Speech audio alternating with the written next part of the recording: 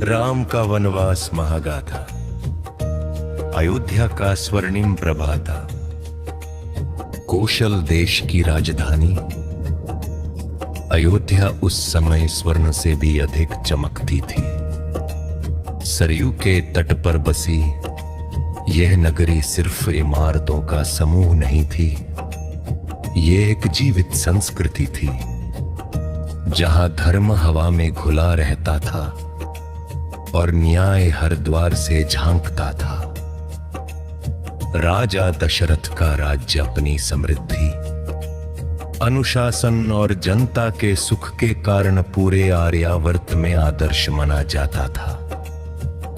राजमहल उस सुबह भी रोज की तरह गतिविधियों से भरा था, परंतु वातावरण में एक विशेष उत्सुकता थी। आज का दिन साधारण न था। आज राजकुमार राम के राज्याभिषेक की घोषणा होने वाली थी। राजमहल के भीतरी प्रकोष्ठ में सुमंत्र मंत्रियों को आदेश बांट रहे थे। महल की दासियां दीपक सजा रही थी और वेद पाठी अभिषेक के लिए मंत्रों की तैयारी कर रहे थे। पूरा राजमहल मानो किसी उत्सव का रूप धारण कर चुका था और उस उत्सव का केंद्र बने हुए थे राम, कौशल के त्राता। कोई उन्हें देवता कहता था, कोई धर्म का साक्षात स्वरूप, कोई मर्यादा का प्रकाश, परंतु सच्चाई यह थी कि राम साधारण मनुष्य की तरह सरल, विनम्र और करुणा में थे। सारी प्रजा उन्हें अपने पुत्र जैसा ही मानती थी। राजा दशरथ का निर्णय, राजा दशरथ का निर्णय, राजा दशरथ वृत्त हो चले थे।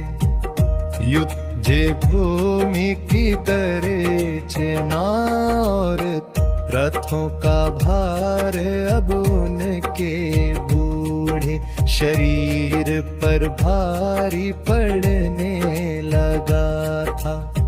उन्हें आवश्यकता थी कि अयोध्या का राज्य एक दृढ़, न्यायप्रिय और कर्तव्यनिष्ठ शासक के हाथों में दे दिया जाए। और ऐसा कौन हो सकता था सिवाय राम के। जब उन्होंने अपने मंत्रियों से राय ली तो सबने एक स्वर में कहा, राजशिरो है।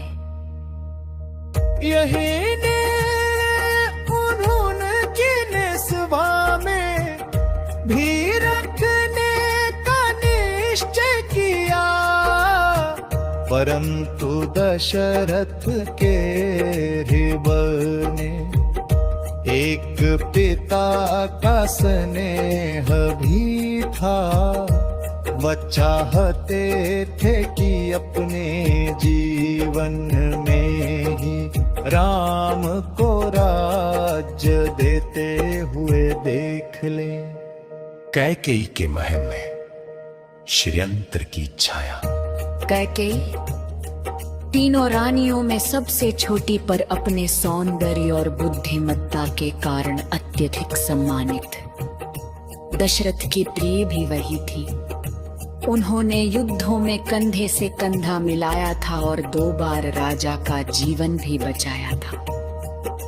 उनकी कोमल मुस्कान और दृढ़ संकल्प दोनों ही मंत्र मुग्ध करते थे।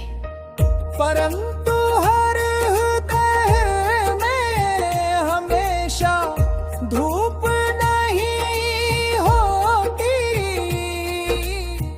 उस रात कैकेयी के महल में उनकी दासी मंथरा आई। मंथरा उसकी बाल लीला से लेकर अब तक की साथी थी, परंतु उसके मन में ईर्ष्या और भय छिपा था। वह सोचती थी कि राम के राजा बनते ही कैकेयी की स्थिति कमजोर हो जाएगी। मंथरा ने कैकेयी से कहा, रानी, क्या आपने सुना? राज्याभिषेक राम का होने जा रहा है और आपका पुत्र भरत यहाँ है भी नहीं। क्या आपने सोचा है आपके भविष्य का क्या होगा? कैकेयी ने हंस कर कहा, राम मेरे भी पुत्र हैं। जहाँ राम राजा है वहाँ काल पागल से। परंतु मंथरा ने ईर्ष्या की आग में जके शब्दों से धीरे धीरे कैकेयी के मन को विषाक्त करना शुरू किया। वो बोली, यदि राम राजा बन गए तो भरत हमेशा उनके अधीन रहेगा। कौशल का साम्राज्य कभी भरत को नहीं मिलेगा। क्या यही चाहती हैं आप? मंथरा बिन बर बोलती रही और रात होते होते कैकेयी का मन गणना भय और असुरक्षा के जाल में बंधता चला गया। 2 वरदानों की मांग। कैकेयी क्रोध से नहीं बल्कि भय से क्षेत्रगृह में जा बैठी। वह कक्ष जहां वह अपने रूठने की शक्ति से दशरथ पर प्रभाव डालती थी। राजा दशरथ जब वहां पहुंचे, उन्होंने देखा कि उनकी प्रिय रानी जमीन पर बैठी है। चेहरे पर अवसाद की गहरी रेखाएं। दशरथ घबरा उठे। प्रिय, ये कैसी दशा? मैं कौन सा अपराध कर बैठा? कैकेयी ने कहा, प्रभु, आपने जो मुझसे वचन दिए थे, क्या वह सच्चे थे? दशरथ बोले, जीवन देकर भी निभाऊंगा। कैकेयी ने तीव्र स्वर में कहा, तो फिर 2 वरदान दीजिए। दशरथ सहम गए, परंतु वचन के बंधन में वह बांध दिए गए थे। मांगो प्रिय, उन्होंने थरथराते स्वर में कहा। और कैकेयी ने वह 2 वचन मांगे। इंद्र भरत को राजा बनाइए, वे राम को 14 वर्ष का वनवास दीजिए।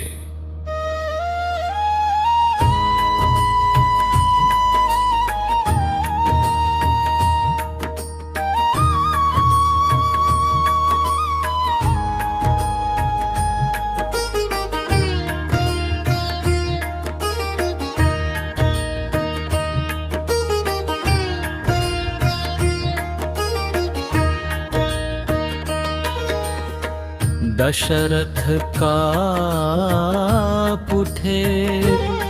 उन्हें लगा जैसे किसी ने उनके हृदय को चीर दिया हो। कैकेयी, ये क्या मांग लिया तुमने? राम मेरा राण है, परंतु वचन दिया था और राजा वचन के बंधन से ऊपर न जा सकते थे। राम ने मुस्कुराते हुए कहा। जब दशरथ दुख से बेहोश तक होने लगे, तो सुमंत्र ने राम को बुलाया। राम आए, पिता की हालत देखी और सारा रहस्य समझ गए। उन्होंने कैकेयी से कहा, माता, आपने जो मांगा वही होगा। पिता के वचन की रक्षा मेरे जीवन से अधिक मूल्यवान है। कैकेयी स्तब्ध रह गई। वह राम के इस उत्तर की कल्पना भी नहीं कर पा रही थी। उनके मन में एक पल के लिए गिलानी उमड़ आई, परंतु जो निर्णय हो चुका था उसके धागे वापस ना मुड़ सकते थे। राम ने मुस्कुराते हुए कहा, वनवास मेरे लिए दुख नहीं है माता, ये तो मेरे लिए तप और सेवा का अवसर है। लक्ष्मण और सीता का निर्णय है। जब लक्ष्मण को राम के वनवास का समाचार मिला तो उनका क्रोध आसमान को छू गया। उन्होंने कहा, भैया अकेले नहीं जाएंगे, जहाँ राम है वही लक्ष्मण है। वन तो मेरे लिए राजमहल से अधिक आनंदमय है। राम ने उन्हें समझाया परंतु लक्ष्मण अड़िग थे। सीता ने भी दृढ़ता पूर्वक कहा, स्वामी मैं आपकी धर्मपत्नी हूँ, आपके बिना जीवन नहीं, सुख नहीं। जहाँ आप वहीं मैं। राम ने बहुत समझाया कि वन कठिन है, पर सीता बोली, कठोर वन से कठिन तो आपके बिना जीवन है, मुझे भी साथ चलने दीजिए। राम ने अंततः सहमति दी। प्रजा का विलाप। जब प्रजा को पता चला कि राम वनवास जा रहे हैं, तो पूरा अयोध्या रो उठी। स्त्रियों ने दीप बुझा दिए, बच्चों ने खेलना छोड़ दिया। वृद्धों की आंखें आंसुओं से भर गई। राजमार्ग पर भीड़ उमड़ पड़ी। हर कोई राम को रोकना चाहता था। लोग चिल्ला रहे थे, आर्यपुत्र हमें छोड़कर मत जाइए। परंतु राम धर्म के मार्ग पर अड़िग रहे। राजा दशरथ का हृदय विदारक विलाप। दशरथ रोते हुए राम को पकड़कर बोले, पुत्र मैं तुम्हें कैसे जाने दूं? तुम्हारे बिना तो मैं जी नहीं पाऊंगा। राम ने पिता के चरण पकड़कर कहा, पिताश्री मुझे आशीर्वाद दीजिए, मैं लौट कर अवश्य आऊंगा। परंतु दशरथ तो टूट चुके थे। वह जानते थे उनका पुत्र जा रहा है और वह शायद उसे फिर कभी न देख सकेंगे। अध्याय 9 वनगमन का क्षण। राम, सीता और लक्ष्मण वनगमन के लिए तैयार हुए। राम ने अपने राजसी वस्त्र उतारकर साधारण वनवासी वस्त्र धारण किए। सुमंत्र ने रथ सजाया और तीनों रथ में बैठ गए। राजमहल और अयोध्या की सड़कों पर लोग राम को रोकने के लिए दौड़ते रहे, परंतु धर्म का पथ किसी के आंसू से नहीं रुका। सरयू के तट पर पहुंचकर राम ने अयोध्या की ओर अंतिम बार देखा। अयोध्या उस समय आंसुओं की नदी बन चुकी थी और फिर तीनों वन की ओर बढ़ चले, एक ऐसी यात्रा की ओर जो आने वाले युगों का इतिहास बदलने वाली थी।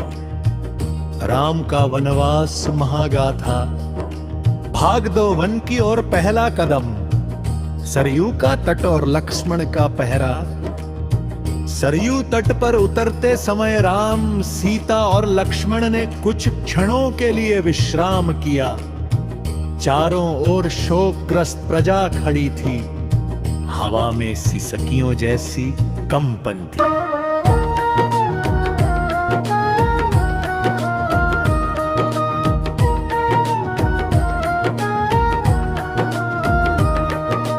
लक्ष्मण ने भीड़ से हटकर नदी किनारे एक ऊंचे शिलाखंड के पास खड़े होकर आसपास का निरीक्षण किया।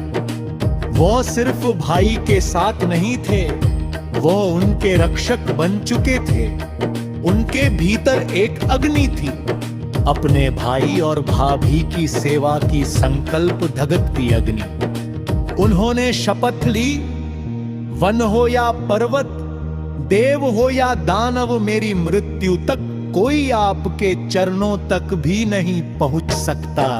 राम ने उसे गले लगाकर कहा, लक्ष्मण, वन में शक्ति नहीं, धैर्य की आवश्यकता होती है। प्रजा की अंतिम समर्पण यात्रा, अयोध्या की प्रजा राम को लौटाने का अंतिम प्रयास कर रही थी। कुछ स्त्रियां राम के रथ के पास आकर गिर पड़ी। यदि आप चले गए तो अयोध्या का सूर्य डूब जाएगा।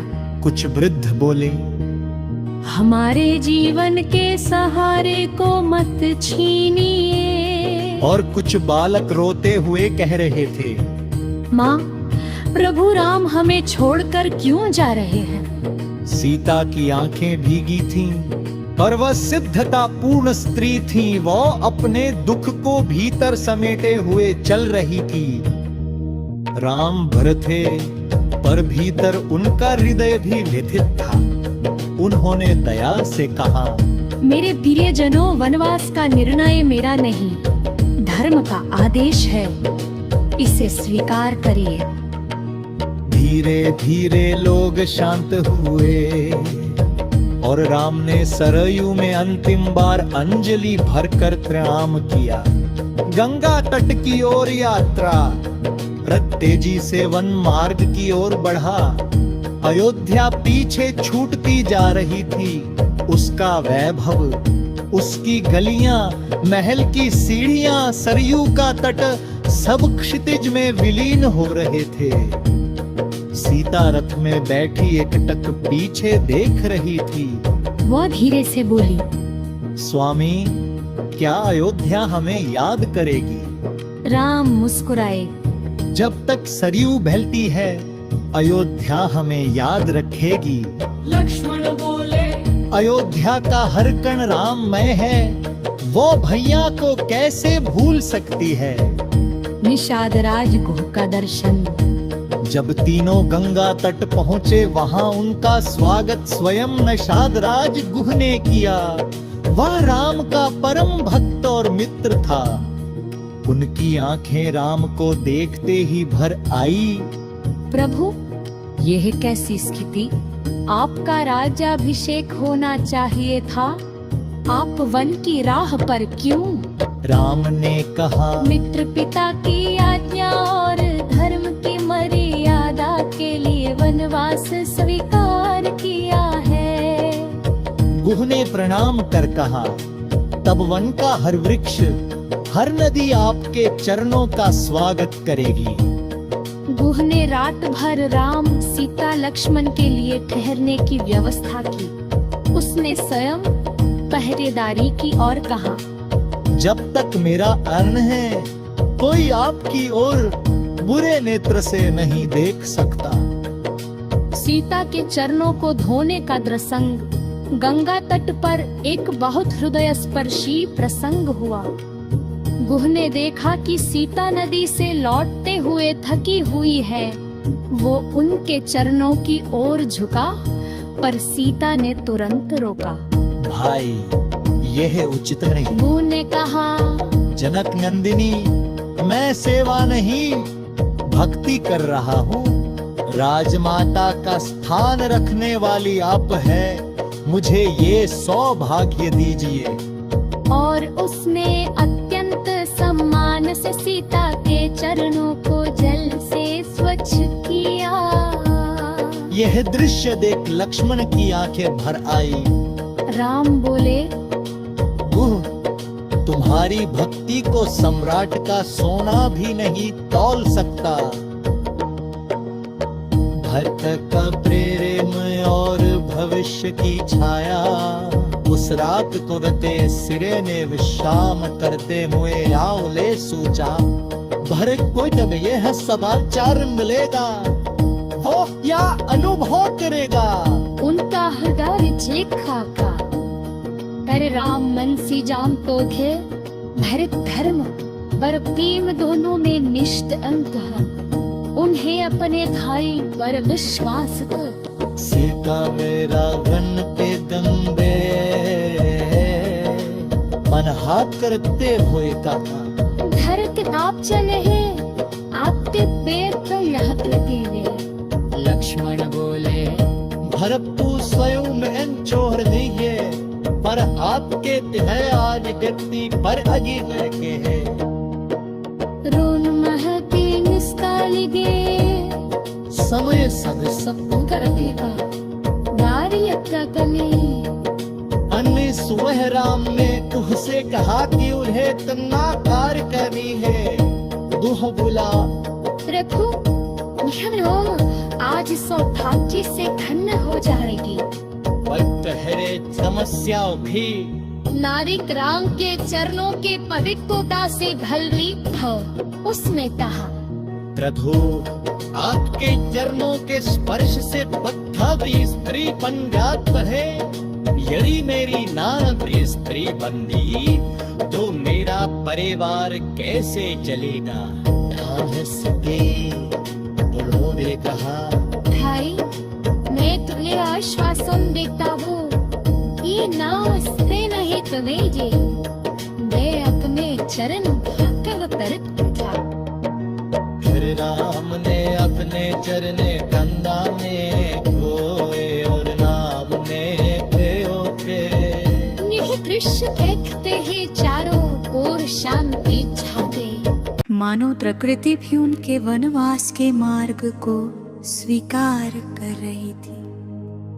तट पर प्रजा का अंतिम रुदन नाव धीरे धीरे आगे बढ़ने लगी। अयोध्या के लोग जो वहां तक पहुंच गए थे नाव के पीछे पीछे तैरने की कोशिश कर रहे थे। वे चिल्ला रहे थे प्रभु हमें छोड़कर मत जाइए। सीता की आंखों से आंसू बह निकले। नाम का हृदय भी द्रवित हुआ। लक्ष्मण का शरीर कांप उठा। भैया यह सब देखकर मैं स्वयं को रोक नहीं पा रहा। राम ने कहा धर्म कठिन है पर असंभव नहीं। वनवास का ये पहला अध्याय है लक्ष्मण और हमें इसे दृढ़ता से निभाना ही होगा। नाव धीरे धीरे क्षितिज में विलीन हो गई और अयोध्या के लोग तट पर खड़े रोते रह गए। ठीक है राम का वनवास महागाथा भागतर ऋषियों की वाणी और चित्रकूट की ओर यात्रा। मभ्यूल धरात भरद्वाज ऋषि का आश्रम। गंगा पार कर लेने के बाद नाव शांत जल में स्थिर हुई। वैम सीता और लक्ष्मण उतरकर आगे बढ़े।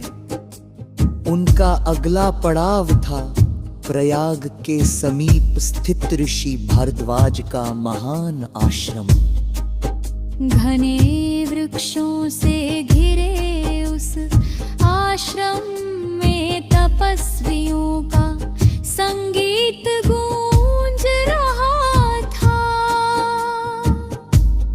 वहां शानदार वातावरण प्राचीन वेद पाठ और औषधियों की सुगंध मिलकर एक दिव्यता रचते थे। भारद्वाज ऋषि ने राम को देखते ही अपनी बाहें फैला दी।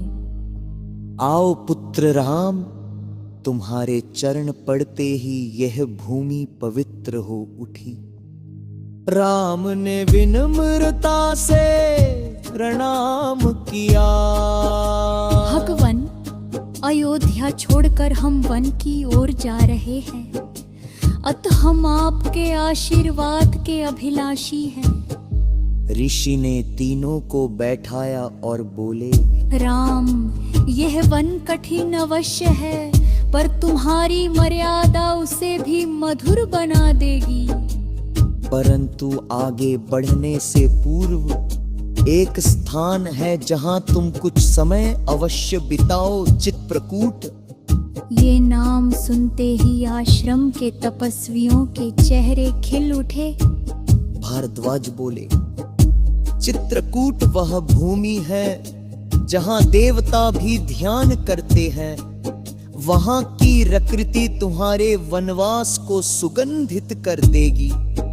लक्ष्मण ने पूछा, भगवन, वहां सुरक्षा कैसी है?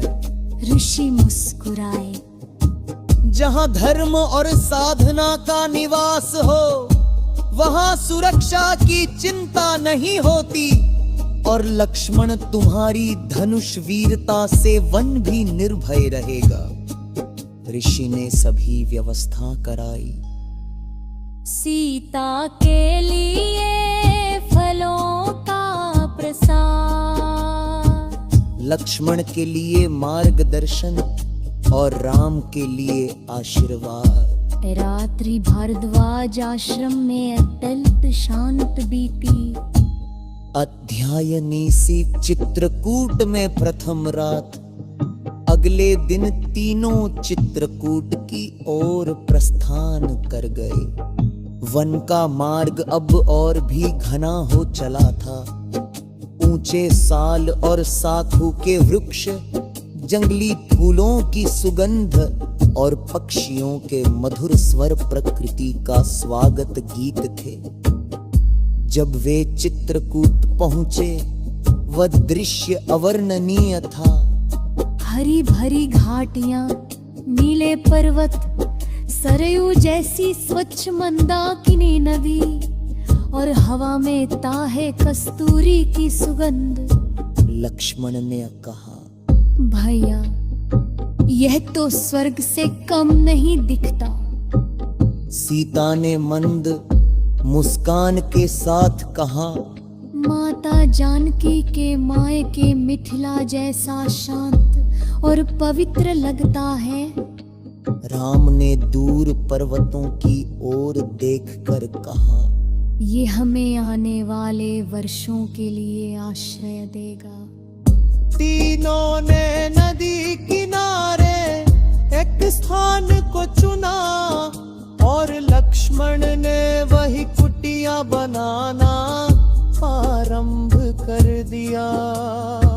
उनके हाथों में मानो जादू था। कुछ ही घंटों में लकड़ी और पत्तों से एक सुंदर कुटिया तैयार हो गई। सीता ने उसकी ओर देखकर कहा, लक्ष्मण, ये तो किसी देव कन्या के लिए निर्मित गृह जैसा है। लक्ष्मण मुस्कुराए। आप दोनों जहां रहते हैं, वही गृह स्वर्ग बन जाता है। अध्याय 20 चित्रकूट में जीवन का आरंभ। चित्रकूट में 3 वराह ही शांति से दैत्य में लगे। सुबह राम और लक्ष्मण नदी में स्नान कर ध्यान करते। सीता धन्यो गली पूतिया ये तप रखती। तम बाहर ने तीनों पुतिया के बाहर देखकर फल और कंद खाते। शाम पौन की किनारे सूर्यास्त देखते। रात में पक्षियों के गीत परवन तवन में सो जाके वनवास का दुख मायो चित्रकूट की प्रकृति अपने आंचों से अतल आखा। लेकिन अयोध्या ने ये भूली तयक नियम का। अध्याय 10। अयोध्या में शोर की छाया। उधर अयोध्या में पतिता सागर आदरा न था। राम के वन जाते ही वहाँ सोना हो। राम के वन जाते ही महल सूना हो गया। दासियां रोती रहीं। सैनिकों ने अपने शस्त्र जमीन पर रख दिए। मानो युद्ध का उत्साह ही मर गया हो। रानी कौशल्या का हाल अत्यंत दुखद था। वे विलाप करती, मेरा राम जंगलों में भटक रहा है और मैं यहाँ महल में कैद हूँ।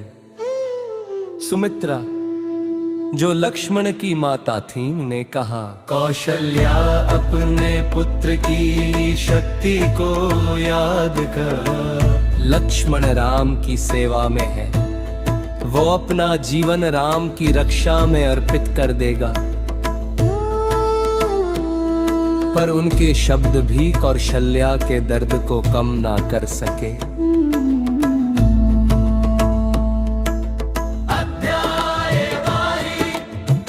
दशरथ का हृदय विदारक। राजा दशरथ राम के जाने के दिन से ही जीवित शव बन गए थे। उनकी आंखें सूख चुकी थी मगर में दर्द बढ़ता जा रहा था। वे रात भर राम का नाम लेते। राम राम मेरे पुत्र मेरे बेबान। कई बार वे बेहोश हो जाते। कई बार राम को खोजने उठ खड़े होते। कौशल्या, सुग्रीव, सुमंत्र सबने मिलकर उन्हें संभाला। परंतु मनुष्य कितना सहन कर सकता है। एक रात अत्यंत पीड़ा में वे बोले, मैं राम के बिना नहीं जी सकता। मेरा शरीर अब मेरा नहीं। और कुछ क्षण बाद श्वास थम गई। समस्त अयोध्या शोक में डूब गई। धर्म का प्रकाश आज बुझ गया।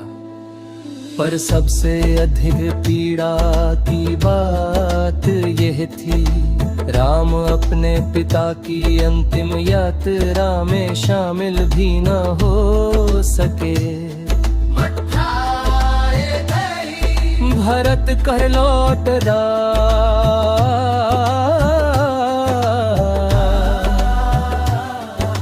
भरत और शत्रुघ्न उस समय कैके देश में थे। जब वे अयोध्या लौटे तो महल का वातावरण देखकर स्तब्ध रह गए। कोई वाद्य नहीं, कोई दीप नहीं, सिर्फ अंधेरा और रोने की आवाजें। भरत ने पूछा, माता कहाँ है? पिता कहाँ है? राम लक्ष्मण सीता कहाँ है? पर जब सत्य पता चला कि राम वनवास गए, कि कैकेयी ने वचन मांगे, कि दशरथ स्वर्ग सिधार गए।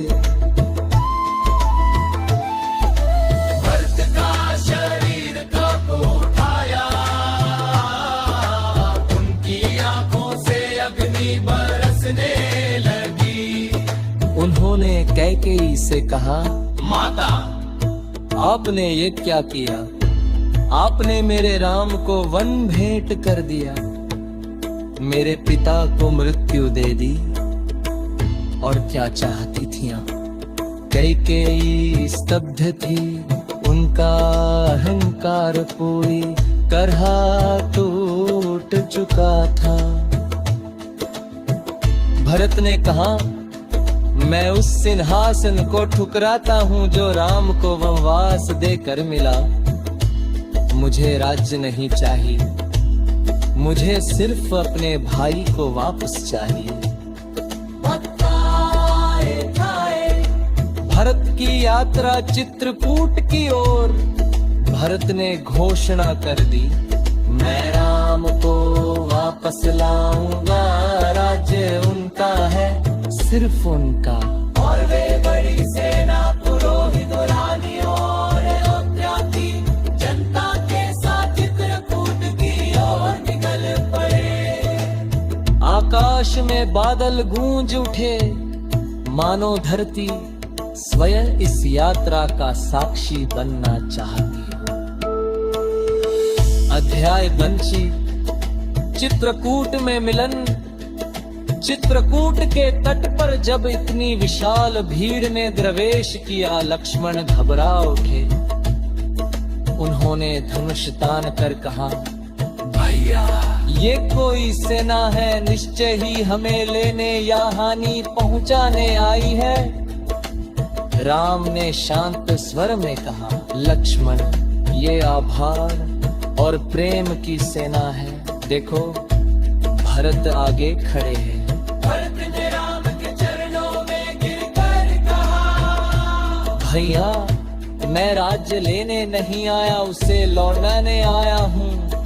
अयोध्या आपके बिना शव जैसी हो गई है, कृपा कर लौट चलिए। सीता की आंखें भर आई, लक्ष्मण का हृदय पिघल गया। पर राम ने दृढ़ स्वर में कहा, भरत पिता का वचन मेरे लिए जीवन से भी बढ़कर है। मैं लौट नहीं सकता, तुम अयोध्या लौटो और राज्य की जिम्मेदारी निभाओ। भरत रोते हुए बोले, मैं आपके बिना राजगद्दी पर नहीं बैठूंगा। मैं तो सेवक हूँ, राजा केवल आप है राम। तब राम ने उन्हें पादुका हड़ान की, मेरी पादुका अयोध्या का शासन करेंगी। तुम उन पादुकाओं के संरक्षक होगे, यूं समझो कि मैं ही राज्य के रहा हूँ। भरत ने कोई आसरे आवे, जिनका है सिर्फ रख। राम का वनवास महागाथा, भागतारी दंडकारण्य की आहट और राक्षसों का आतंक। अध्याय संशी, चित्रकूट से प्रस्थान। भरत को पादुकाएं सौंप कर और चित्रकूट के पवित्र तट पर उन्हें विदा कर राम, सीता और लक्ष्मण का वनवास का अगला चरण शुरू हो गया। चित्रकूट की घाटियों ने जैसे उन्हें रोकने की कोशिश की। पक्षियों के स्वर धीमे पड़ गए, वृक्षों की पत्तियां स्थिर हो गईं, नदी की धारा तक धीरे बहने लगी। सीता ने चित्रकूट की ओर मुड़कर देखा। ये स्थान बहुत सुखद था, ऐसा लगता है जैसे यहाँ समय ठहर गया था। राम बोले, सीते वनवास सेवा है, जहाँ हमें चलना है वहाँ धर्म की रक्षा के नए आयाम प्रतीक्षा कर रहे हैं। लक्ष्मण दोनों के पीछे पीछे धनुष संभाले चल रहे थे। उनके भीतर समर्पण की वही मशाल जल रही थी। भैया जहाँ वही जीवन, भैया जहाँ वही जीवन। अध्याय सविशेष, ऋषि अत्रि और माता अनुसूया से भेंट। चित्रकूट से आगे बढ़ते हुए वे पहुंचे ऋषि अत्रि और माता अनुसूया के आश्रम। माता अनुसूया ने सीता का हाथ पकड़ कहे, प्रियवत से वनवास कठिन है, पर पत्नी का धर्म कठिनाई से ऊपर होता है। उन्होंने सीता को सुगंध वस्त्र, दिव्य आभूषण और एक अलौकिक सौभाग्यवर्धिनी माला भेंट की। उन्होंने सीता को यह भी उपदेश दिया, स्त्री का तेज उसके प्रेम में नहीं, उसके धैर्य में होता है। राम के साथ तुम्हारा वनवास स्वयं देवताओं का आशीर्वाद है। राम और लक्ष्मण ने ऋषि अत्रि के चरणों को प्रणाम किया। ऋषि बोले, राम तुम्हारा मार्ग कठिन है, वनों में राक्षसों का आतंक है, पर तुम्हारी धनुष धारणा ही धर्म की सुरक्षा का कारण बनेगी। अध्याय सरसे दंडकारण्य का भीषण प्रवेश। कुछ दिनों की यात्रा के बाद तीनों पहुंचे आर्यावर्त के सबसे विशाल, रहस्यमयी और भयावह वन में, दंडकारण्य। ये कोई साधारण वन नहीं था। लाल रंग के वृक्ष, गहरी घाटियां, दूर से आती गूंजती दहाड़े, और हवा में बारूद जैसी गंध।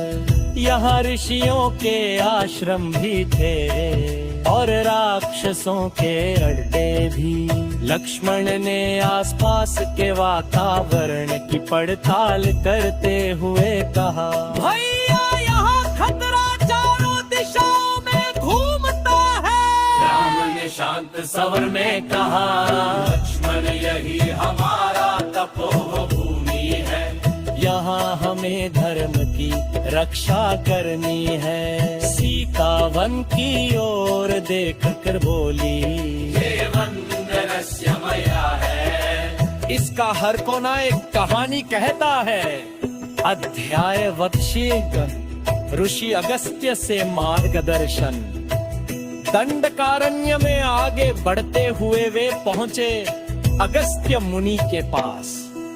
अगस्त्य ने राम को देखकर कहा, राम तुम्हारा आगमन दंडकारण्य को पवित्र करने के लिए हुआ है। यह राक्षसों से पीड़ित है, तुम्हारे धनुष से ही यह भूमि शांत होगी। उन्होंने राम को 2 दिव्य अस्त्र दिए, अन विष्णु का शारंग धनुष, अद्वितीय दिव्य बाण। अगस्त्य ने कहा, इन अस्त्रों से अधर्म कांप उठेगा, रावण का अंत भी इसी मार्ग से तय होगा। राम ने विनम्रता से नमन किया। अध्याय धृतिज दंचवटी का शुभ प्रवेश। अगस्त्य मुनि के सुझाव पर तीनों ने निवास के लिए चुना पंचवटी। पंचवटी गोदावरी नदी के तट पर स्थित अत्यंत सुंदर, पवित्र, शांत और दिव्य भूमि थी। यहाँ कोयलों का मधुर स्वर, हरी भरी बेलें, सरिता की शुद्ध धारा और मंद बयार का स्पर्श सीता को मानो किसी नए स्वर्ग का अनुभव दे रहे थे। लक्ष्मण ने कुटिया बनाई, पहले से दी अकुत संतरा।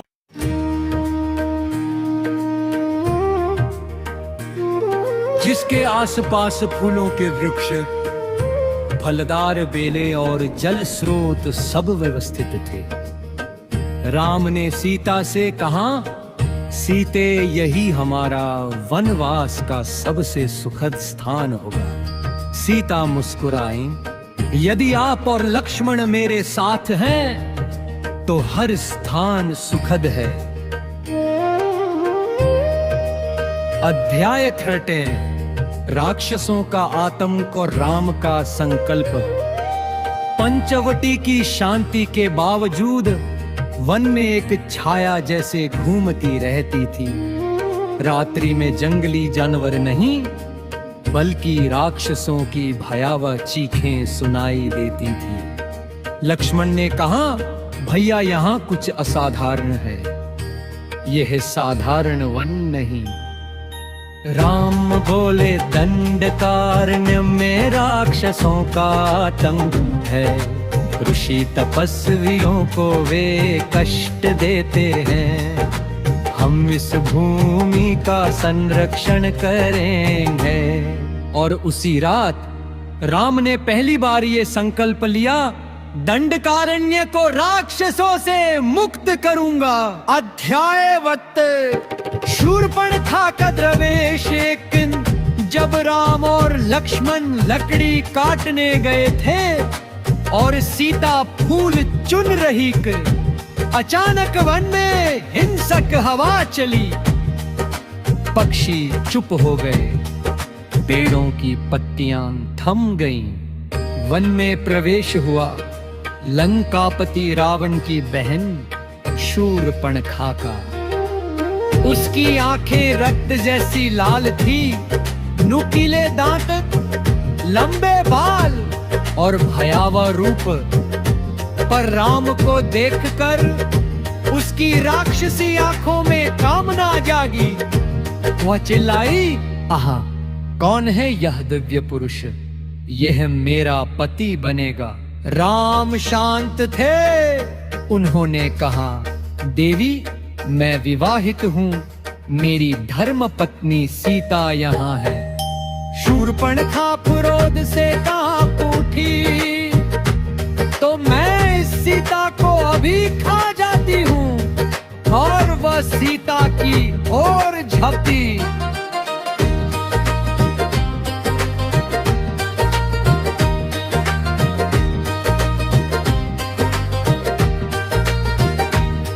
अध्याय 78 लक्ष्मण द्वारा शूर्पणखा का दंड। सीता पर हमला होते देख लक्ष्मण बिजली की तरह आगे बढ़े। उन्होंने एक ही वार में शूर्पणखा की नाक और कान काट दिए। राक्षसी चीख उठी, आह, ये क्या किया? मैं रावण को बताऊंगी, मैं तुम्हें नष्ट कर दूंगी। वह खून से लथपथ जंगल की ओर भाग गई। सीता भयभीत थी।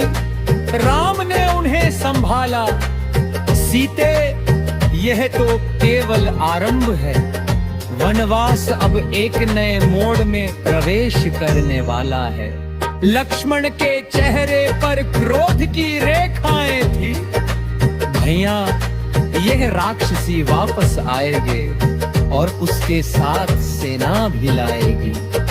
राम ने आसमान की ओर देखते हुए कहा, जो होना है वो होगा। धर्म की राह को कोई रोक नहीं सकता। अध्याय करते खरदूषण का वृत्तांतन। शूर्पणखा दौड़ती हुई पहुंची अपने भाइयों खर और दूषण के पास। वो चिल्लाए, तुम दोनों क्या कर रहे हो? दो मनुष्यों ने तुम्हारी बहन का अपमान किया है। खर दहाड़ा। कौन थे वे? शूर्पणखा बोली, एक का नाम राम और दूसरे का लक्ष्मण। खर और दूषण ने सेना बुला ली। रोनाइनास राक्षस, भयानक चेहरे, रक्त की प्यास, लोहे जैसे शरीर और आग उगलती आंखें, पूरा दंडकारण्य गूंज उठा। आज हम राम लक्ष्मण को मार देंगे। अध्याय करते राम द्वारा पोतो दे सिर राक्षसों का विनाश। पंचवटी का वातावरण युद्ध की आहट से भर गया। लक्ष्मण बोले, किया, मुझे अनुमति दे, इन सब का अंत कर दूं। राम ने शांत स्वर में कहा, लक्ष्मण, आज का युद्ध मेरा है, तुम सीता के पास रहो। और फिर शुरू हुआ वनवास का पहला महान युद्ध। राम बनाम 44 राक्षस। आकाश लाल हो उठा, जमीन कांप उठी। धनुष की टंकार से पहाड़ टूटने लगे। राम ने विष्णु का शारंग धनुष उठाया, दिव्य अस्त्रों का प्रयोग किया, बिजली की गति से बाण छोड़े और एक एक कर पौरताएं राक्षसों का संहार कर दिया।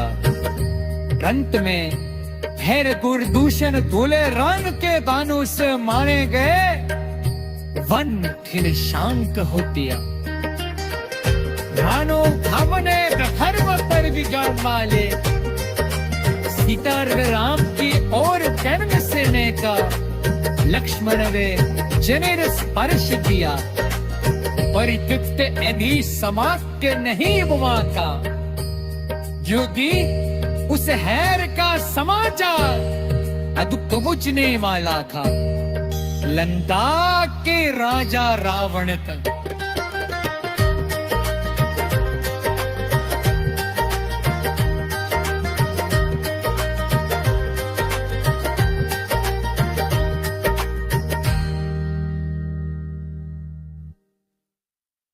राम का वनवास महागाथा भाग पंच, राम का चित्रकूट प्रवास और भरत मिलन।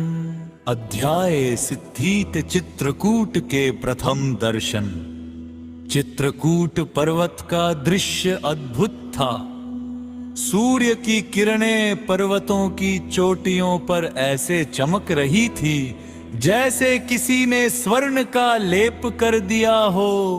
वन में कोकिलों की मधुर ध्वनि गूंज रही थी और मंद सुगंधित पवन तीनों के चेहरों को स्पर्श कर रही थी। सीता ने कहा, स्वामी, यह स्थान तो स्वर्ग का प्रतिरूप लगता है। राम मुस्कुराए, सीते, चित्रकूट वही भूमि है जहां ऋषियों ने सदियों तक तपस्या की। यह स्थान हमारे वनवास का सबसे पवित्र अध्याय बनेगा। लक्ष्मण बोला, यह स्थान सुरक्षित है। पर्वत, वन, नदी तीनों हमारी रक्षा करेंगे।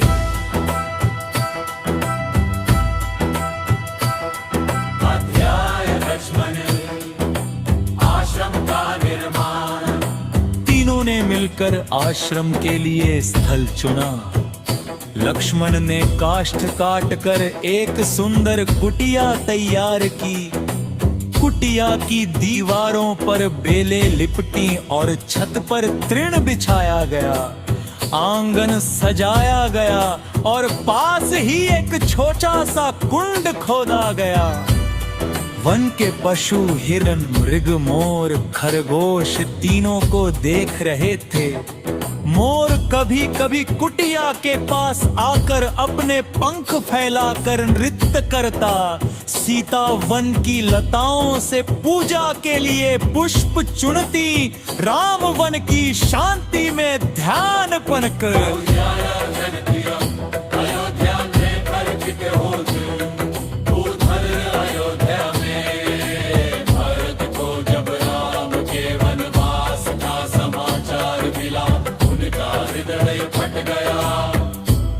पृथ्वी पर गिर पड़े। भैया राम वनवास चले गए। मुझे सूतर पिता का पुत्र समझकर यह विश्वास नहीं किया गया। भरत के आंसू रुक नहीं रहे, शत्रुघ्न भी क्रोधित और दुखी थे। माँ कैकेयी ने यह क्या कर दिया।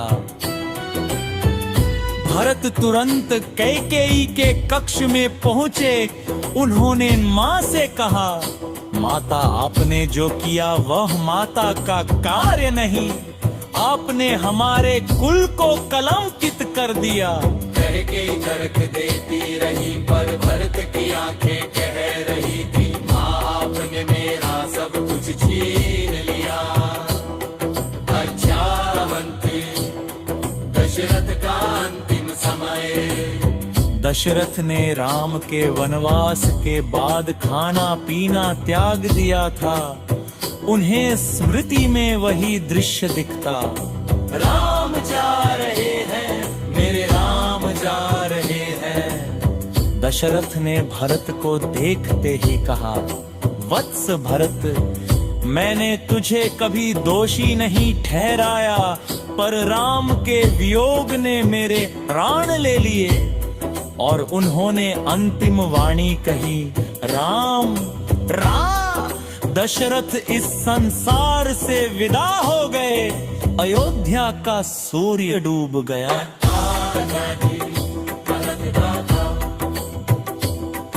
अंत्येष्टि के बाद भरत ने सभा में घोषणा की, मैं राज्य नहीं लूंगा।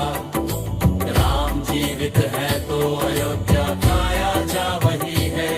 मैं राम भाकुका को राज सिंहासन पर स्थापित करूंगा। इस घोषणा से सभा की आंखें नम हो गई। अयोध्या ने पहली बार अनुभव किया, राम के समान ही भरत भी धर्म के त्रिकैक है। भरत ने तुरंत सेनापति से कहा, कल ही चित्रकूट के लिए प्रस्थान करेंगे, मैं राम को वापस लाऊंगा। अध्याय है फिर अयोध्या से चित्रकूट की यात्रा। अगले दिन अयोध्या से विशाल यात्रा निकली। सेनान मंत्री गुरु वशिष्ठ पगरु माँ का सही चित्रकूट की पार जा पड़े। हजारों ब्राह्मणे था, हजारों ब्राह्मणे से गुरु बोले, पर चारों राज माकाए चित्रकूट की मार बन गई। धरती हिलती थी इस इचंस मोह से, वनु के पशु आश्चर्य से इस अद्भुत यात्रा तो एक कर देते।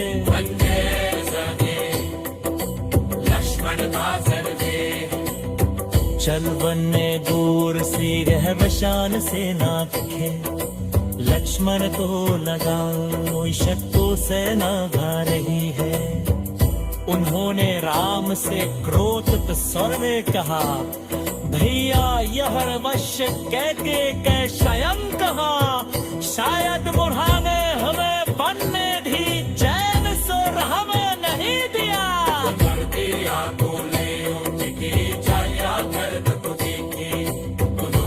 धनुष पर पार चलाया, यदि यह सेना रूप का विरुद्ध आई हा, पहले लक्ष्मण का शरीर गिरागा। राम ने शांत स्वर से कहा, लक्ष्मण भाई रहो, इस माँ सत्कार है, भाई भरत की मुक्की की आहत है।